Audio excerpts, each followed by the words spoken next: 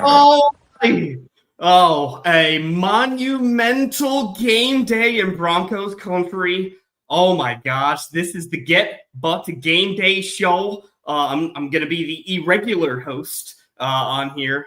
And we got my boy George on the other side here once we get through the intro. But man, we've got so much to discuss today. It's going to be a full day full of meaningful football. Probably the largest regular season game that a lot of people are saying since that Week 17 game against the Chargers in 2015 that catapulted us into a Super Bowl run. Man, this day is going to be historic, I think, for our franchise as a jumping off point. And man, I cannot wait to see it come into fruition. So with that, let's get ourselves bucked into game day. Let's go.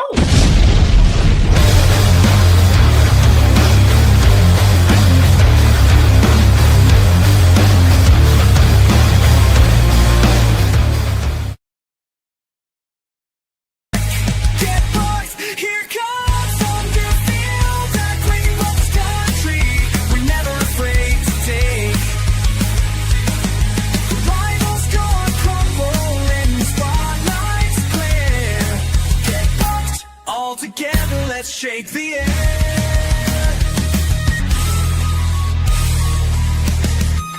Get bucked. Here comes the thunder. Feel that quake in Broncos country. We're never afraid to take it. The rivals gonna crumble in the spotlight's glare. Get bucked all together. Let's shake the air.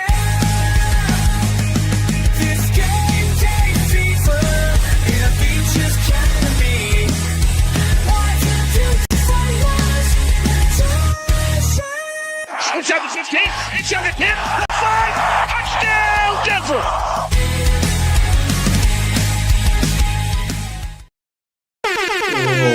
Let's go, baby! What it do, Broncos country? Yes, sir. We should have these vibes up, everybody. We should be feeling it today.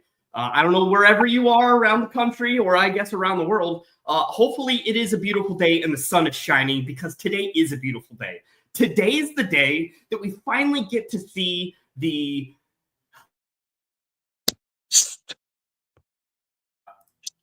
that is this game. This game is magic. I am so excited to be talking about this game. This is always a game that I circle on my calendar just because I live in Chiefs country. I live where I am surrounded by red all the time. So this always hits home for me, this game, anytime we play the Chiefs. But George, how are you feeling on this monumental Sunday game day? Man, I mean, I know y'all can see, but it's a beautiful day here in the Mile High, baby. This is Broncos country weather. This is football weather. This is time for us to go make a statement, you know. I'm feeling excited. I'm feeling a little nervous, all in one. I'm feeling hopeful that we can get it done without JK. And most of all, I just hope we get it done to solidify my amazing weekend. You know, we had Oklahoma taking down Alabama last night. Yes, sir. Getting ourselves back into the playoff. There you go. Got to finish off strong, but that's it's always a good day when Alabama loses. We can agree there. That it is. Yes, we can. People should. You know, no matter who they lose to, that's a good day. But the fact they lost to my team, I'm riding high, hoping for a double victory in this football weekend. Nah, very much so, man. And this is one of those games where, you know, we've had the narrative around us of being punked, of being fakers, of being, you know, inferior to the top tier of the NFL, even though our record represents that.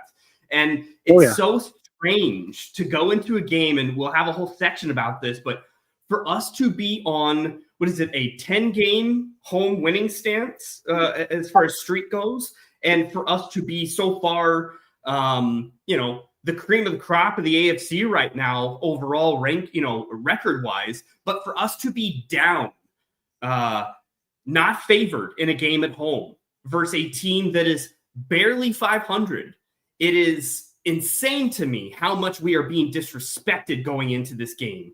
And, you know, I'm so used to saying, you know, like we've got a lot of feelings to Buck, and like I'm already coming out, you know, with a lot of feelings for this game, because this game is just, it's so charged for me emotionally.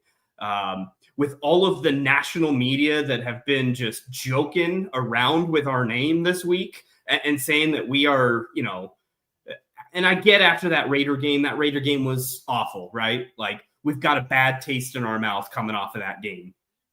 But man, I just, there is something to be said about a new day of a mini bye. You get a mini bye behind you, you get to kind of regroup. I know, you know, we'll go over some of the injury report and like the big ticket players that are out on this game for us. But man, my vibes for this game couldn't be higher, even if those players were playing. What's your confidence level going into today, George? I'm very, very confident, actually. I think we're going to, you know, kind of shut up the media. It's been pretty embarrassing for the media to just turn their backs all of a sudden, and now we're just no good because we played one of our toughest division rivals as far as rivalry goes. We've never really had blowouts in those games. There's been the one-offs, right, here and there, but for majority of our history, those games are always close, no matter how good or bad each other team is. So for the media to just straight dismiss us like we haven't gone into Kansas City and lost by a blocked field goal with a rookie quarterback, now that he's in his second year, sure, he's struggling a little bit. Offense doesn't look right. We're missing, you know, so a key player on offense, whatever. But just to be written off by national media, I think we're pissed. I think Broncos are pissed. I think the only ones not writing us off are the Chiefs, I would say. And, you know, even Travis Kelce, I think a week or two ago, somebody had told me he said on his podcast, like, all I could think about is how we're going to beat Denver. Like, because we're putting people on notice. We're putting people on notice with our finishing ability. We're 8-2. Regardless of what you look at, if you watch the 10 games we played, no matter what you take from that, we're 8-2. And we've lost 2 games by last-second field goals. So put some respect on our name. Watch us hold down the Mile High City. Broncos country going to show up big today. I should be there. But it's okay. I got all my kids and had a sleepover and stuff. So we doing dad duties, but they gonna hear me. They gonna hear me today. As every Sunday, but a lot more today, because I'm very confident to get to your question. I think the players are riding high. I think the players know they have something to prove, especially this defense, right? Patrick Mahomes, Kansas City Chiefs. They got Rashee Rice back. They're back on their tear. All of a sudden, they're winning games again, and they got to run into us. Like this is that matchup that everybody's waiting for. So, well, and I'm excited. We've heard this whole week about Andy Reid after a bye week, and oh my gosh, he's absolutely unstoppable, undefeated. Yep. They'll never lose a game after a bye. And that may be so, and we all can recognize and understand Andy Reid is like, you know, top 5 coach in the league, probably the top coach in the league. But I think that the notion that having extra time and having the bye week benefits a veteran coach from a scheming perspective for the next game can be said for Sean Payton as well in our little mini bye. I think the mini bye for us couldn't have come at a better time for, you know, our veteran coaching staff to be able to game plan for this monumental game that we have in front of us. Like, as big a game as this is for Kansas City, because if they lose this and they drop to 5-5 and they're 500, man, they're hoping and praying for a wild card, but like that division's gone. That streak of, what is it? Is it 9 years in a row? Yeah, 9 straight. That crumbles down all in one game today. And so, like, we all know how big a game it is for them, but I have to feel like Sean Payton has his guys around in a huddle saying, boys, we can essentially put to bed the Super Bowl, you know, winning team. I know they're not Super Bowl champions, but we feel like they are. We feel like they were just there. Yeah, like that is the team to beat. That is the team that we have had to, battle with for, division primacy for obviously 9 years. But like, this is the game. This is the Super Bowl for, I think, both teams, because it legitifies us if we do beat Kansas City today and we go to the, 9-2. And, George, you mentioned it before this show. The Chargers are chargering. Losing to the Jacksonville Jaguars, man. We know it's the story as old as time. Not even losing close. The Chargers are going to charger it up. They're going to mess this up. Yep. And so this is a perfect opportunity for us to take a stranglehold of this division, get ourselves a home game. Dude, can you imagine Denver for a home playoff game come January here? Brother, that would be... the city will explode. We will be on fire. It will be bigger than it's been in 10 years. Playoff games in Denver are already immaculate. Like the fans show up. Like, dude, we're diehard sports city. We're a top sports city. We get things done, and it's been a long time since we've been back, right? Yeah. And hosting a playoff game, we got the luxury of finally going and making the playoffs. Had to go to Buffalo, but if we could win that division and continue this streak, potentially have a close to home field, if not home field advantage, dude, running the playoffs through Denver is scary for anybody in the league. I guarantee it. It should be, man. It should be. That elevation's no lie. Every single sport that comes into the city to play away games understands that they're, up against it. And man, to have that advantage going into the playoffs would be monumental. And today is where we punch our ticket for that opportunity. So, man, it cannot overstate how big this game is. Same breath, George. I don't want to other than that, overstate. Want to get back here, peel back. I do want to make sure everybody understands. We are the Orange and Blue Network. This is share, the subscribe. BUCKED Game Day show. Yeah, please share, subscribe. We got all the the square here of social medias. As George alluded to, we're also on TikTok as well. Like, check out all of the streams, all of the different social medias that we are on. So please go find us. We've got a slew of different shows, as you can see on screen here. All these times are in Mountain Time. But, man, literally every day of the week, we've got something going on. It is insane. And obviously, we're super excited for the pregame today. We're going to have a bucking booth, play-by-play during the game today as well. And then we will cap it off today with, obviously, the Buck Your Feelings post-game show as normal. So, man, we've got some great opportunities for you to come learn about us and our network and our great group of guys, man. We're super chill. We don't take ourselves so serious. We are not professional analysts. We're just a bunch of guys sitting around talking shop, enjoying the vibes that we give off of each other for, something that obviously we all care a lot about, and that's the Denver Broncos here. So you can tell we're jazzed about it, and you can get even more jazzed with a little Dubby here. That is our sponsor. W Energy drink. It resides out of California, but there is no sugar, no calories, no maltodextrin, no fillers, no artificial flavors. Bunch of good stuff. This is like the healthy way to get jacked up, as opposed to the non-healthy ways of energy drinks. So when you're there, you can also punch in OBN10, get yourself 10% off. So please go check out Dubby, obviously the sponsor of this show and many other shows on the network. But George, I want to get into something real quick before we get into some segments here for the day. Oh, yeah. So everybody is focusing on the side of the ball of our epic historical defense versus this high-powered Andy Reid, and I say Andy Reid-led offense, not Patrick Mahomes-led offense. I say Andy Reid's offense, because at the end of the day, that's where, the bread is buttered. That's why Kansas City is the way it is.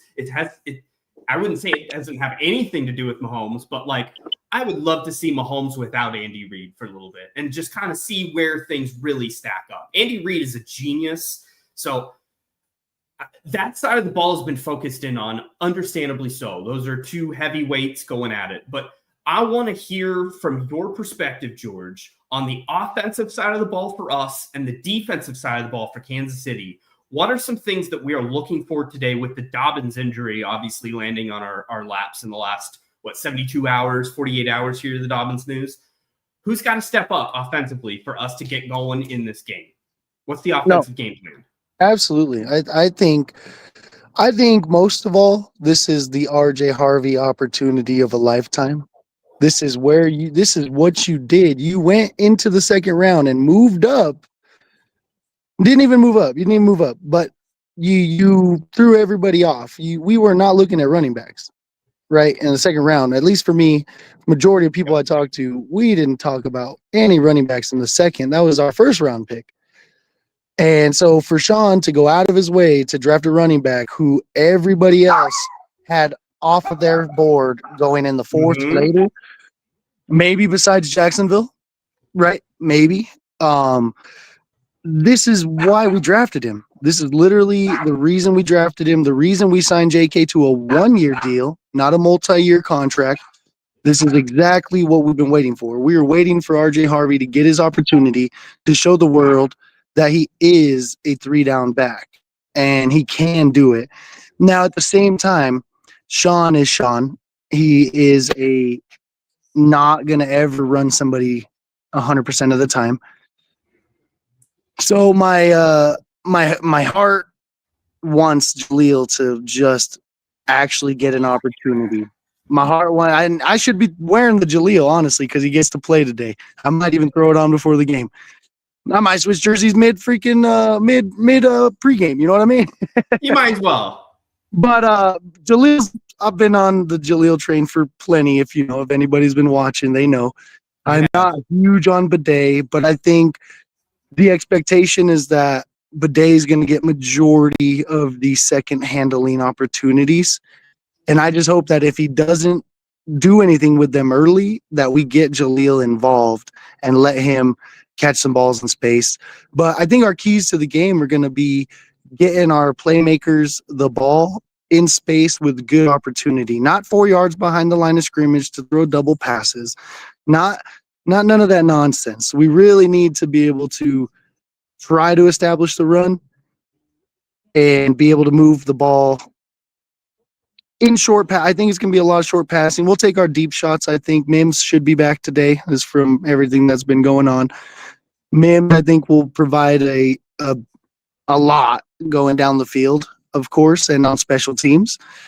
But offensively, I'd say we need to work on our short game and get the players that should have the ball in their hands, like Cortland. I'm talking to RJ and everybody, but Cortland should be getting the targets today.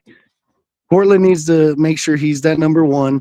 And he's 1A, man. He's 1A. And if he's 1A by himself, there is no 1B. We have 2, 3, 4. That's what we got. So get Cortland the opportunity, give him those chances to make bigger plays, give him those jump balls.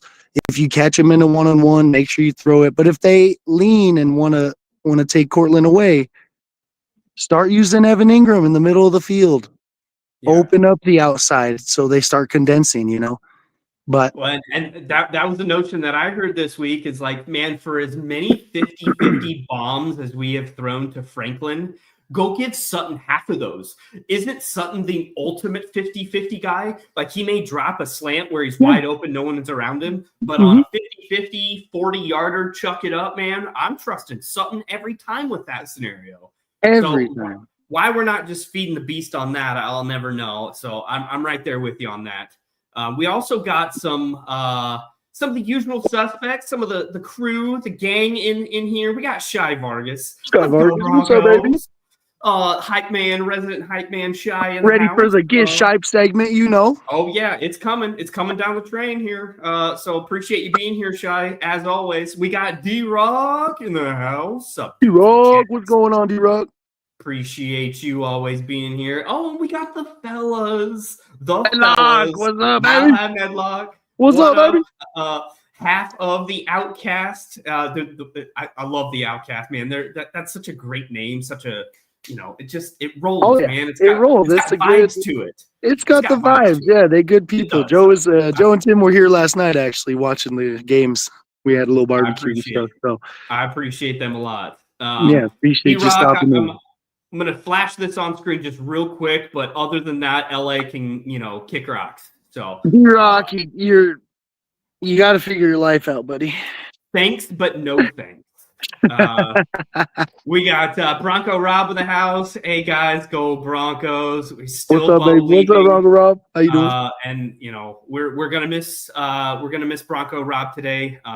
He's dealing with some family stuff. But again, just another thing, man. Of like this network is a family. We take care of our own. So thoughts and prayers out there for Bronco Rob dealing with some family stuff right now. But speaking of family, look at this guy. Fanatic in the house. It's the Broncos, bro, baby. Bro, and my boy Jay. Yeah, man. I'm still carrying that honorary bro patch of my one night shot here, getting to be a bro. Still reminisce about it. So you bro for life. Yeah, dude. If I could get like a key to the bro city, I would wear that. You Broncos bro for sure. All right. Yep. He's talking about the same thing you were, man. RJ Harvey is it. That's the reason why we drafted him. He has the stature and the frame and the profile coming from college that he should be an every down back. He should be a back that should be able to actually create steam the more carries he gets. Like we heard this from a lot of previous running backs that if you have a split backfield, or my God, have 3 running backs getting carries in a game, no one running back gets the momentum enough to feel the field and feel like his vision and really get grounded in the ground game, for lack of a better way of saying it. But this situation presents it perfectly for Harvey to man, I want you to get the bulk of the carries. If Bidet or Jaleel needs to come in to relieve you for a play to get your breath back, then so be it. But I want Harvey to get 80% of the carries, the bulk load. I'm right there with you there, Dak. I'm hoping for that as well. D-Rock also shouting, Chargers are losing bad. Man, the Jags are such a weird team. I can't I look at the Jags record and I'm like, well, that doesn't really make any sense because I've watched Jags games and they're not that great. It's very misleading, I think, the Jacksonville Jaguars this year, but who knows? Who knows, man? I think the Jags are one of those teams that the Chargers just struggle with. Historically, it's always been the Jags for some reason that they run into. And I mean, it's a lot of teams for the Chargers, right? It's a lot of teams because they Charger. But yeah, I just in my mind, when I see Chargers Jags coming up, I'm like, man, that's a bad play for the Chargers. And I don't know why, but I feel like historically they just don't play well against the Jags. The Chargers play down to competition a lot. We've talked about that with this team, but the Chargers are, historic for that, of just not showing up for games. And it appears as if today's, another chapter of that same book for them. We've got Uncle Todd, the resident Uncle Todd, uncle. what's up, baby? Resident uncle of the network.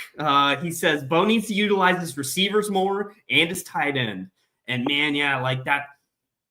So this was something Dak was talking about. Though. Marvin Mims coming back is going to be such a dynamic difference maker that we haven't had. And trust me, I have been I would say a anti-Marvin Mims person for the majority of his career because I've never understood why we label him number 2, why he is in a higher tier than, say, your Franklin and Bryant, and why he's always been highlighted. But honestly, I was dead wrong. And the games that he's missed here have been great evidence to support how big Mims is to this team. Not only special teams, that's a whole nother thing, but to the offense itself. The absence of Marvin Mims just kind of took away a little portion of Sean's playbook. And we didn't get to see any gadget plays. I would have thought we would have then drove those same gadget plays up for Franklin or someone else with, dynamic skill set to get them involved, but we just didn't. So that'll be interesting to see Mims get involved, as Uncle Todd's saying here, get the receivers more involved. And then, you hit on Evan Ingram, but like Evan Ingram's massive, man. Are you expecting a high volume Evan Ingram game, or like an Evan Ingram game where like, man, he's going to get one catch, but that one catch is going to be a tutty? I don't think it's going to be a high volume game. I think it's going to be more like he's going to have those breakout plays that we expect him to have, or have expected him to perform for us. He might catch one of those little out routes and turn it up the sideline and go for 45 again or something like that, or catch a big one down the middle, break a tackle. But I think he will definitely get a better opportunity this go around. But overall, man, we got a lot of things to work on offense, and it sucks that we're like working on it during the season.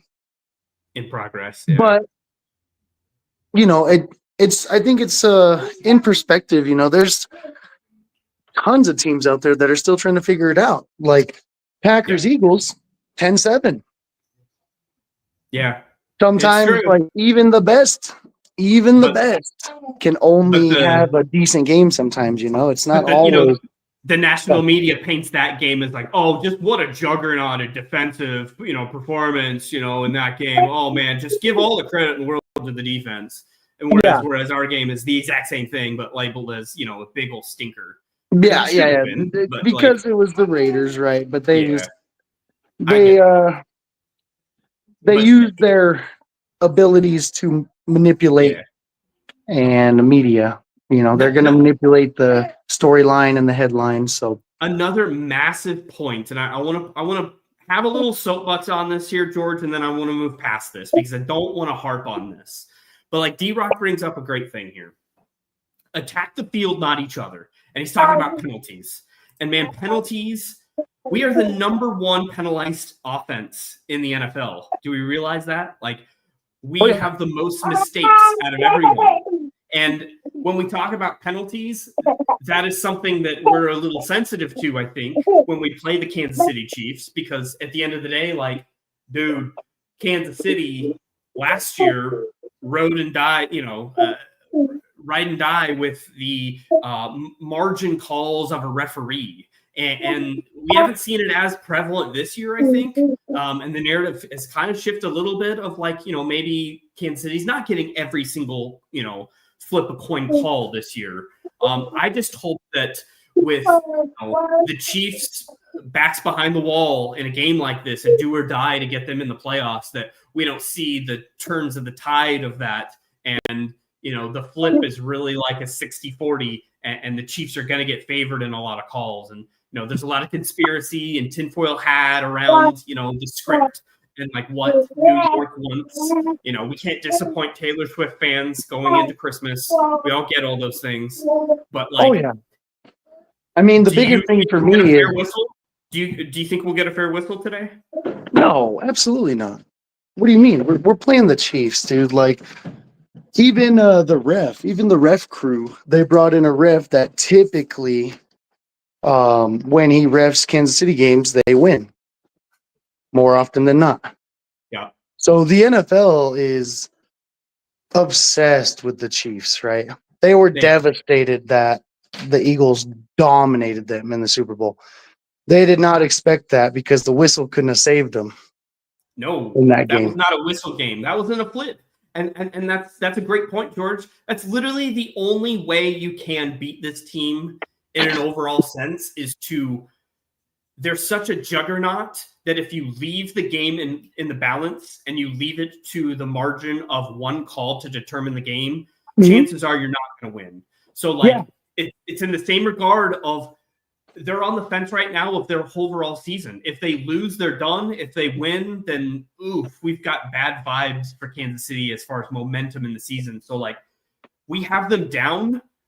We need to step on the neck and be done with it. Like, end this today. Do not let them breathe life into their season. And you can say that in a micro, sense for this specific game, as far as having this game be so close in the fourth quarter that we allow a referee to change the trajectory of a win-loss in this game. We've got to be this game needs to be over by the fourth quarter. Like before we get to the fourth, the game needs to be like, all right, we've got a good enough lead where it doesn't matter a call, like you said about the Super Bowl last year.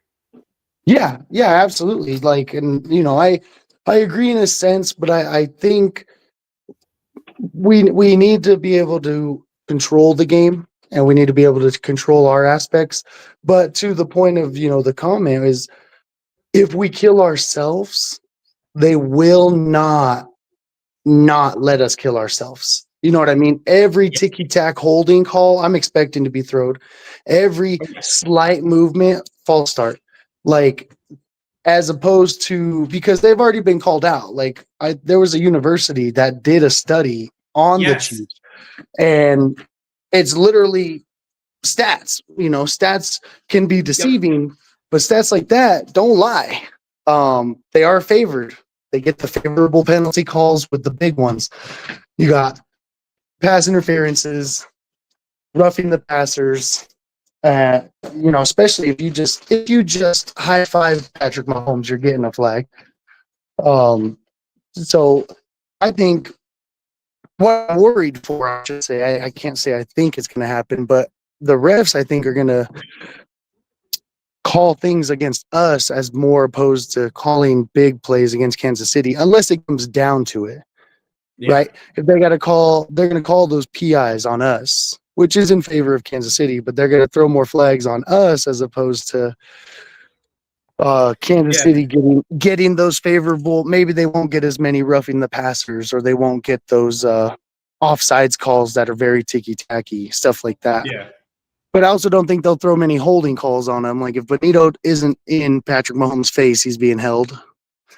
Like Von Miller said in the Super Bowl, if I don't got any sacks today, I'm being held. Yeah.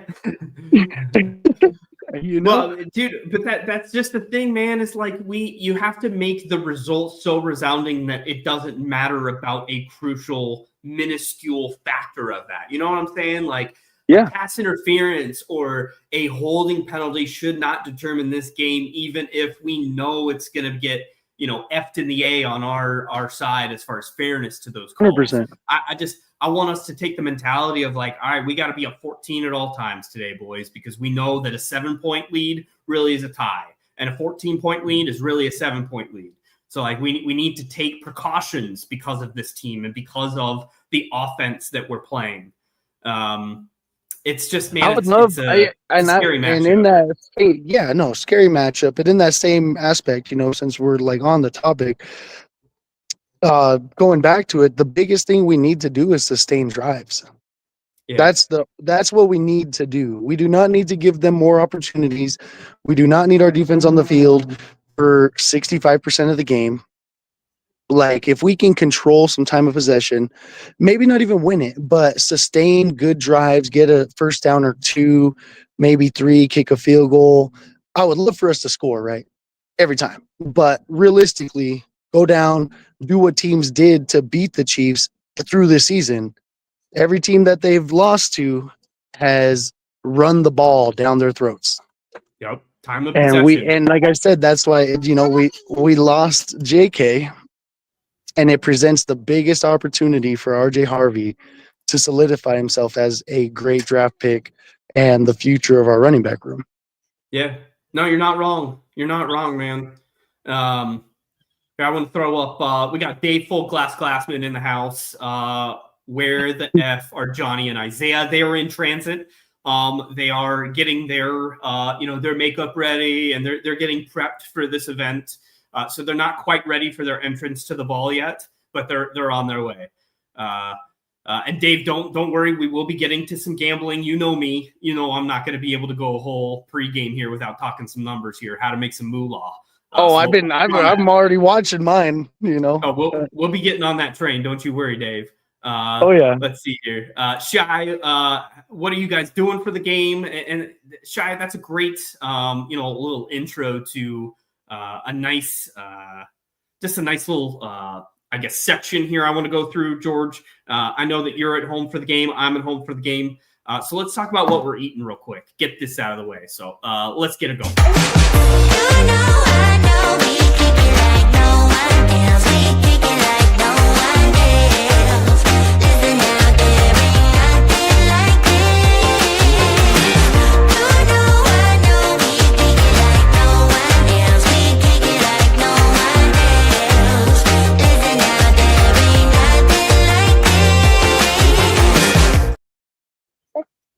All right, George, I know you're at home with the kiddos, so I'm already going to check you off for the Dino Nuggets and mac and cheese, unless you correct me. But are you already got that, box checked over there on your side of life? Oh, yeah. Kids are all taken care of, man. It was Totino's Pizzas today. Oh, there you go. That's what they wanted. Old school square. Pizza? Yeah, old school. You got to get the square pizzas. That's what they said. It's better if it's square. And I said, I know. Oh, absolutely. Because it's got edges. Everything with edges is better, you know what I mean? Cafeteria rectangle pizza, man, was just... those breakfast pizzas, brother. Couldn't beat it. Man, I could kill for that. No. What are you having for game day, though? I got wings on the way. I didn't make anything. I got too many kids here, and I grilled yesterday, so I wasn't going to do back-to-back cookings. No, so, I'm in the same breath here. I my boy had hockey practice this morning, so I didn't really get a whole lot of prep time and whatnot. So I did all my meat smoking yesterday. So I've been just leaning on some smoked macaroni and cheese with some Gouda cheese, and then some baked beans. Just kind of your general pork and beans. And then I did some pork chops smoked as well yesterday with some brats. So. Nice little smorgasbord of some proteins, but just an overall sounds delicious. Smokage. A lot of delicious. Oh yeah, a lot of smokage. Yeah, I'm on a big smoking kick. I did I only use charcoal, so I'm a charcoal griller. I don't use I'm not Hank Hill. All right. Dude, I was about to just say that's the only thing me and Hank Hill are gonna disagree on. That's why you're a bro. That's why you're a bro. You know what I mean? But yeah, I feel that all the way. It's going to be some good eating, but wings sounded like the move, and too many kids to go traveling. That's too many kids to take anywhere. So, boy, I hear you there. For the game, at least, I can't pay attention to the game if I got kids out at a restaurant or usually I'd be hitting up the Hooters. All right, that would be on the table. Most of my kids' version game days are like, all right, we're going through Mickey D's. You get as many McNuggets as you want, and then I'm gonna go like to Wingstop or B-Dubs or real chicken somewhere. Exactly. I'm going to get wings, like actual wings, some fries. Yep. We're doing the whole works. And I don't want to hear that boneless wings are just nuggets. All right, they're not. All right, they're a lot classier. They are classy nuggets for sure. Yeah, exactly. Right. I don't hate too much, all right, because I could eat them, but I'll never order them unless it's for my kids. Yeah, something about tearing the ligaments off a chicken wing is just got me going. It's a lot more manly, like you're growing hair on your chest when you're ripping just good stuff, the bone off of an animal. Quality, good stuff. You might as well. So we got at least a new name for me, No Garden. No Garden. I don't think I've ever seen him before. I don't think so either. Welcome. So raise a drink to you, No Garden, wearing my 1990 Elway throwback here in New York. Let's go. This, boys. Let's go. Nice, dude. No Garden. I get the No Garden reference now. I got you. Hell yeah, man. New York. I love New York. I was just there last year. So Brews and barbecue, he said. Yeah. Let's see here. He also says Patrick averages less than a half a touchdown versus Vance's defenses. Yeah, man. Vance's defenses know what to do with him. Like, that's the thing is, like, granted, we have not seen the PS2-less Broncos defense version versus Patrick. So that'll be an interesting thing just when we cannot blanket half of the field with the best defensive player in the world. That's going to be a big adjustment and a big change, I think, to this matchup that we're normal to seeing Patrick against the Vance Joseph defense. But that's a really good point. And I was going to say he's also rolling with the Brews and barbecue. Baby. Dude, Brews and barbecue. You can't knock that. Can't beat it, man. You can't beat it. Couple more menu items here. D-Rock throwing it out. He's got pigs and a Snuggie. Nice, dude. A little upgrade from the blanket. Not a blanket, a Snuggie. Millennial version from it. Appreciate that. Walnut dark chocolate chip cookies. Some fish fry, of course. And there is an R&R floating race relations. Nothing major at all. He says, he just, nonchalantly throws out race relations. He's like, oh, nothing major. No worries. Like, no big deal. No big deal. No big deal. Just World War III. No big deal. It's all good. Let's see here. Dave in here. He's like, I'm wearing my lucky T-shirt that my mom bought me at Colorado Walmart. Haven't lost in it this year. And we thanks, man. I've not lost with this chain on. And George, you told me to put it on pre-show here, and I'm hoping for good vibes with this thing on. Good vibes with the chain, man. The chain don't hang low, but it hangs sturdy. You know, don't break my chain game today. Don't break my chain game today. I'm hoping not. You know, I'll be upset. I'll be upset. So with that being said, I think we need to do a little hype. Let's get our hype man in there. It's really hype get time. jazzed up before we It's talk hype about time, some bets baby. and money. It's past 2:00 Mountain Time. So it's hype time. Let's get the hype man in here. Shy himself. Let's go, Shy.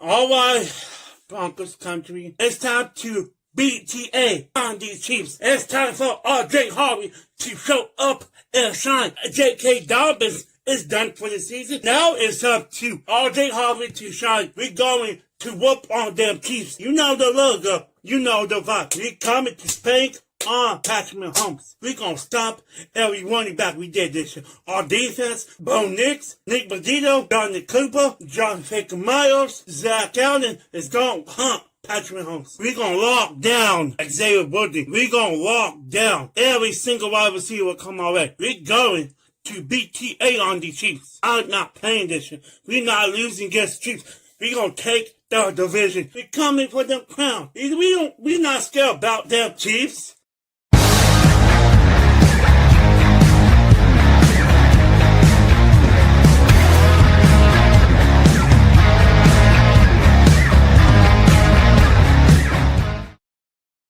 Hell yeah, Shy. Hell yeah, let's go. Woo! We gotta have Shy for the pregame, man. He always brings the vibes. He always brings the the jack up music. I love the intro for Shy as well. Like, everything in Shyville here, we love. But all the way around for Shy. Appreciate you there, Shy. Dave wants to put in his final notion. He's got a fourth pound. Hot dogs for lunch, ribeyes coming to room 10 for halftime. Woo! That's a nice little smorgasbord of proteins as well. Oh yeah. There you go. Full, and I'm assuming it goes without saying, Dave, that you got a full glass for the game as well. Wash down that epic plate you got going on there. Maybe a few. There you go. Be rude not to. Speaking of being rude not to, I do want to get into some lines, some parlay action, just some general debauchery here with a little bit of gambling. So let's do a quick section here, and then we'll get into some game predictions as we sign out here. So let's get on to some bets. Money line, I'ma run it every time. Give me mine, going up, need no decline. Money line, I'ma run it.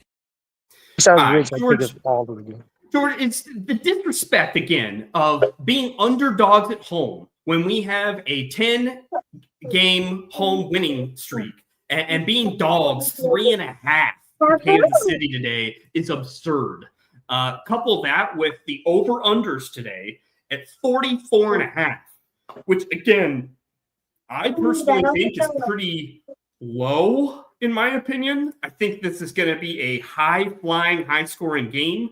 I personally am putting tons of faith in Bo Nix. So any of the player props that you're seeing out there of Broncos offense, I think this is the one time that you can give yourself a green light to go ham on some overs for some numbers for some players. Because I think this offense is about to get going. And that's maybe a little foreshadowing to my game prediction and to my over-under here. But George, what's your 2 cents on just like the 3.5 that Kansas City's 3.5 is so disrespectful. You kidding? You are kidding me. More than a field goal. 3.5 with maybe they don't consider us the best defense in the NFL, but like, come on, dude. You're talking a top 3 defense in the league with a struggling Kansas City team coming into Denver on a 10-game winning streak, like at home. You guys are disrespectful. So I would say cover money line. Oh, Yeah, because that's just disrespectful. Because obviously, I'm line with is the 44. With the 220. 44, I'm actually thinking that's probably right on target. I don't predict this to be. I predict it to be more of a dogfight. I think we're going to give Kansas City some very good struggles, but their defense is also pretty nice. You know, they got a good front. Chris Jones is still good. You know, their Trent McDuffie's a good corner. I hope that Bo can torch him, you know. But I would just suspect it to be more in that range of that 44. I might probably take the under on that. Interesting. Okay. I was gonna say you got the same sentiments as Dave Glassman here. He doesn't really touch the over under, but if he had to pick, he'd go with under. I think I don't trust it either. Yeah. Anytime our defense shows up, obviously it's going to be hard to hit some overs in games because our defense is just so solid on that side of the ball. And that's the only reason why I would be comfortable going on the over is because I think our defense will show up, but I think our offense is going to explode today.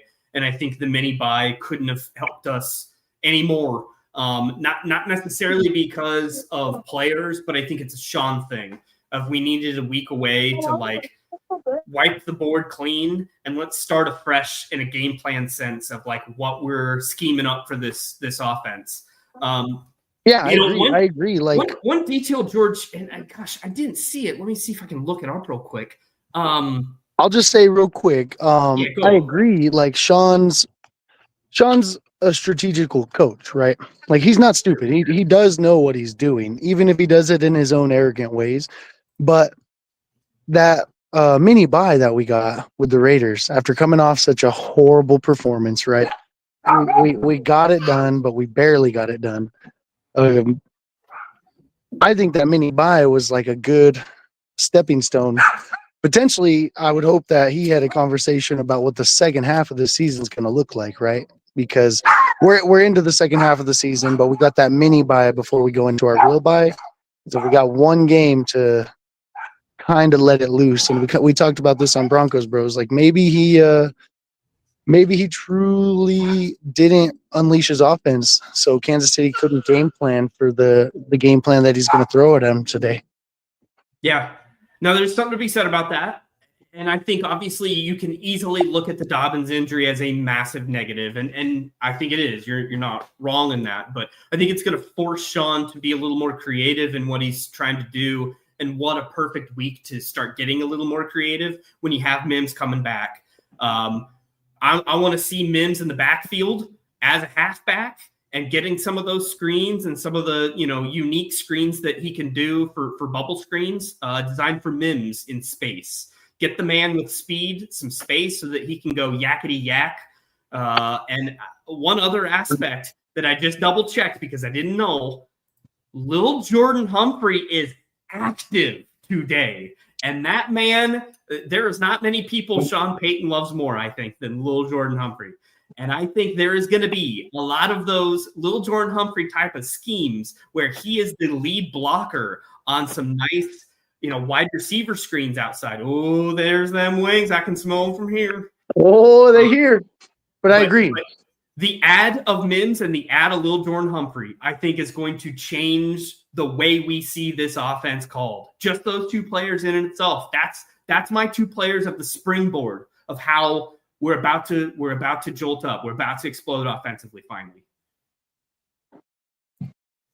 We're about to explode, man. We're about to explode. I think, man, it's gonna be. I'm nervous and hesitant, but I'm overly excited at the same time because I truly believe in this team. I really think that they're going to show up today. I think it's going to be a crazy environment, and Little Jordan Humphrey's going to definitely play a factor because Sean does love him, right? He's been a saint. He's been the guy. That's definitely a. Anytime. Go get yourself a plus 850 anytime. I'll go put a couple bucks on it. Hey, Why not? Never, right? You should never bet against the love a coach has for one of his guys, and some of the ones that he's had are ones where he catches it in some open space. Maybe it was a comeback route, but we had guys rolling and he's got blockers. We have a lot of good blocking receivers. Maybe he does end up with a sneaky touchdown. So I think Humphrey's going to be nice, and he could be used in special teams as well, though. So that's also a benefit because we really have to have a complete game. Yeah, we cannot afford to be bad in any category. This offense cannot be mediocre. Dave also says, I think the D is going to show up without Surtain and Singleton.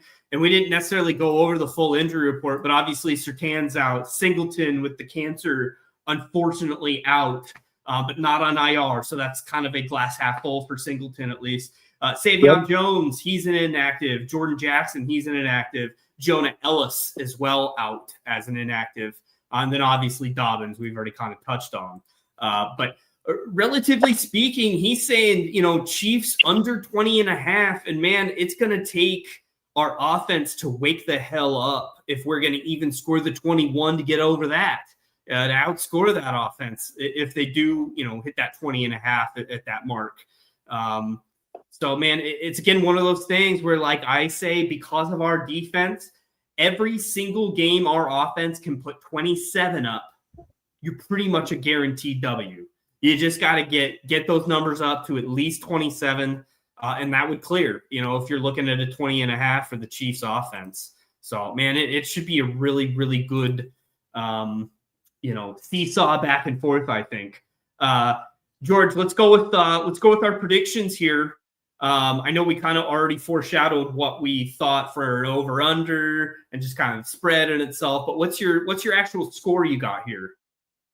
So I got the Broncos getting it done. Okay. I got the Broncos getting it done.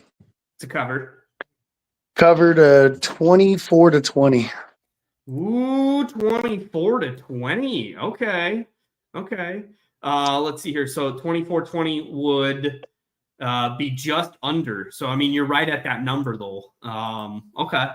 So I probably wouldn't bet on by half. It's right on that line, like you were saying before. So that'd be the half. But hey, a Denver dub's a Denver dub. I would absolutely enjoy that. I got Denver winning this game as well. Like I said, I have the over. Obviously, with that, we're going to be covering the 3.5 from Kansas City. Duh. But at home, man, I think we're going to finally have that offensive explosion versus a legitimate opponent that we've been waiting for, that quote-unquote complete game with small amount of penalties.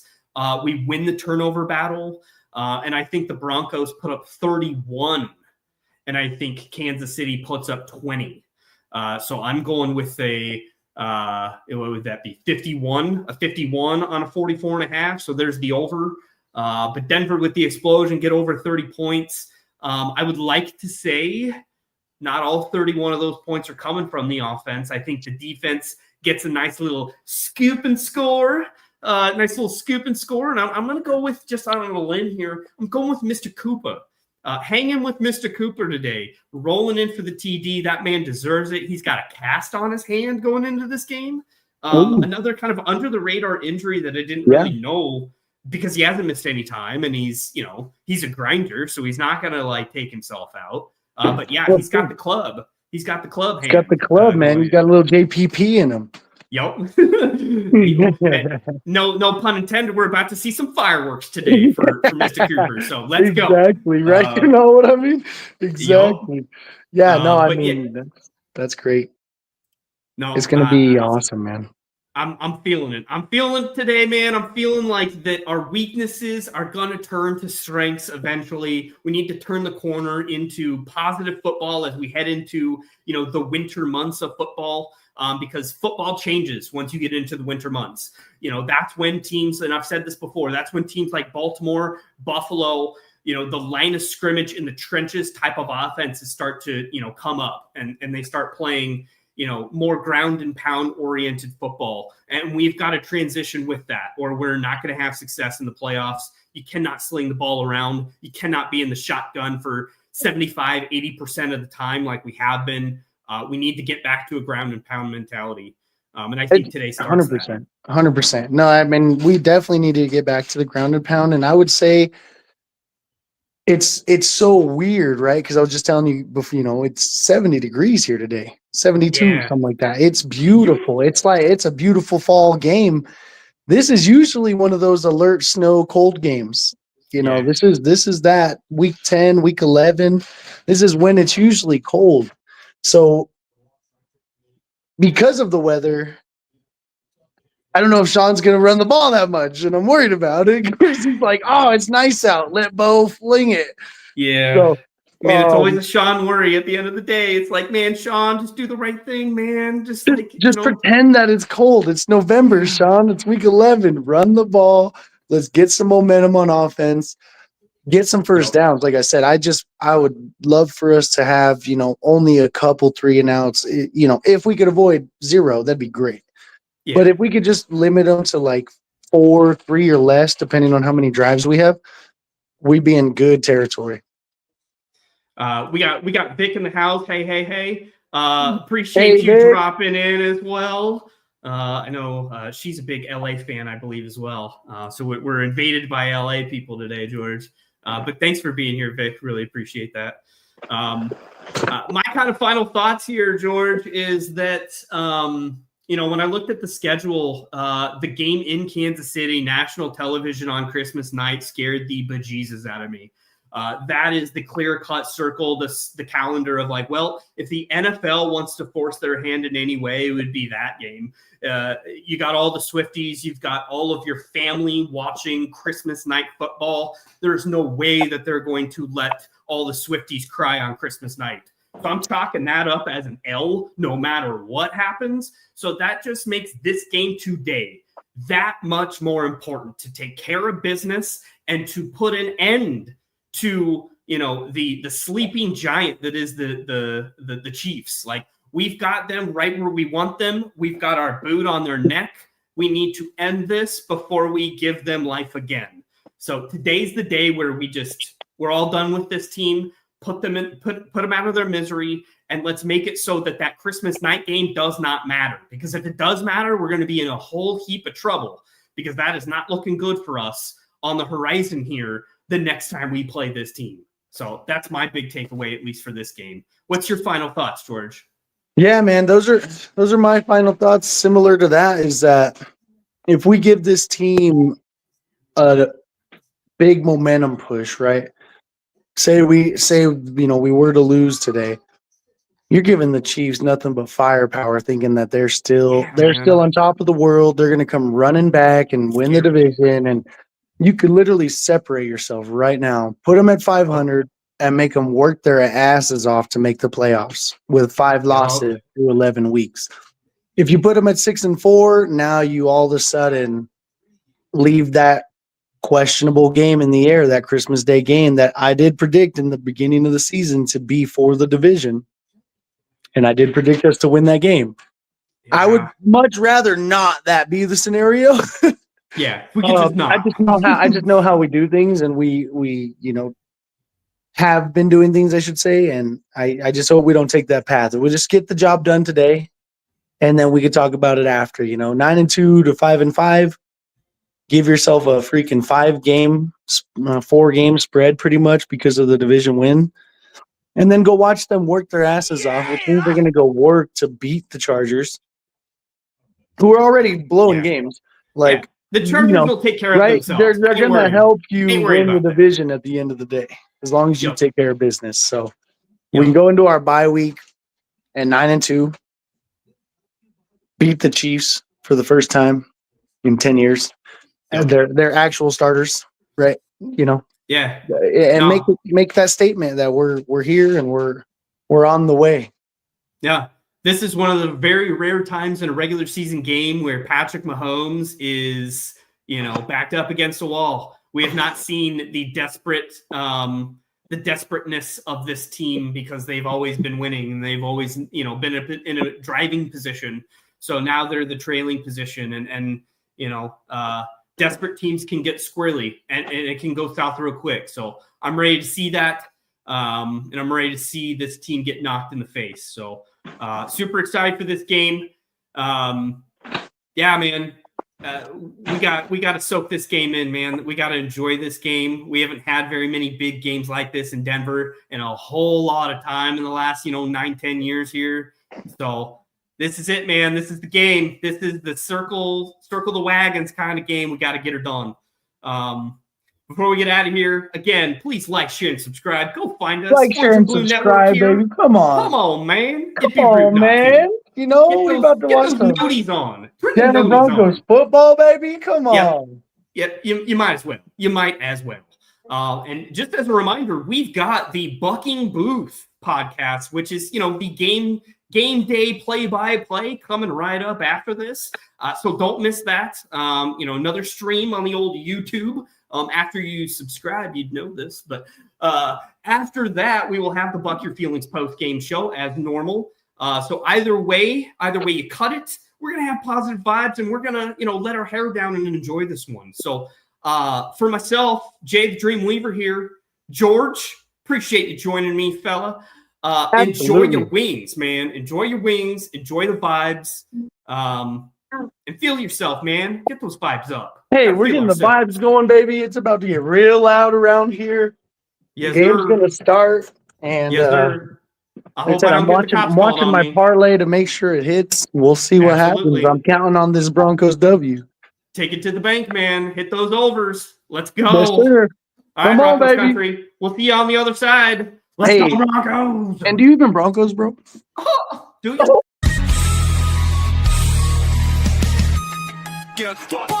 Here comes the thunder.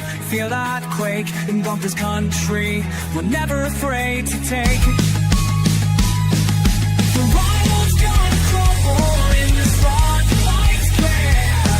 Get bucked all together. Let's shake the